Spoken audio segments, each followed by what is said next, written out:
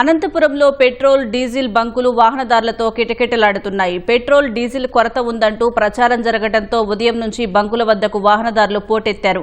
Petrol కొరత లేదని petrol bunk నిర్వాహకులు చెబుతున్నా వాహనదారులు పట్టించుకోవడం లేదు.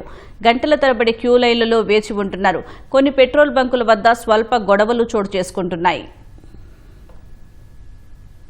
దాదాపు 2 గంటల వరకు నేను నిలబడానండి. ఇంతవరకు నాకు పెట్రోల్ దొరకలేదు.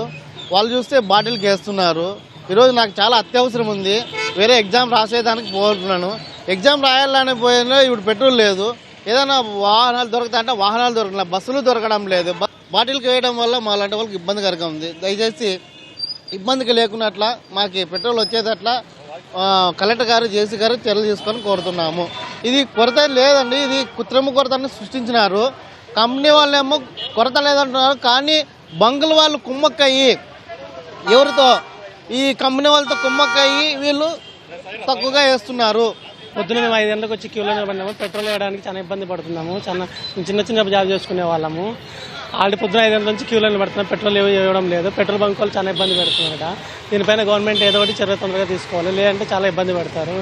ఇవాళ ప్రాబ్లం అయితే లేదు, జనాలతో ఇబ్బంది అయింది. వీళ్ళు అది యూట్యూబ్ అవి చూసి దీంట్లో టీవీల్లో వస్తున్నాయి కదా స్క్రోలింగ్, అట్లా అయ్యి ఇబ్బంది అయింది. అంతేగాని ఏం లేదు, మొత్తం బాగుంది. స్టాక్ అయితే ఉంది అంతలక్కల.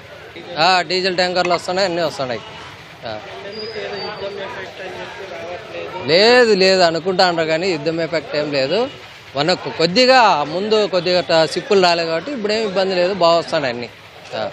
అంతా యూట్యూబ్ మహత్యం అది.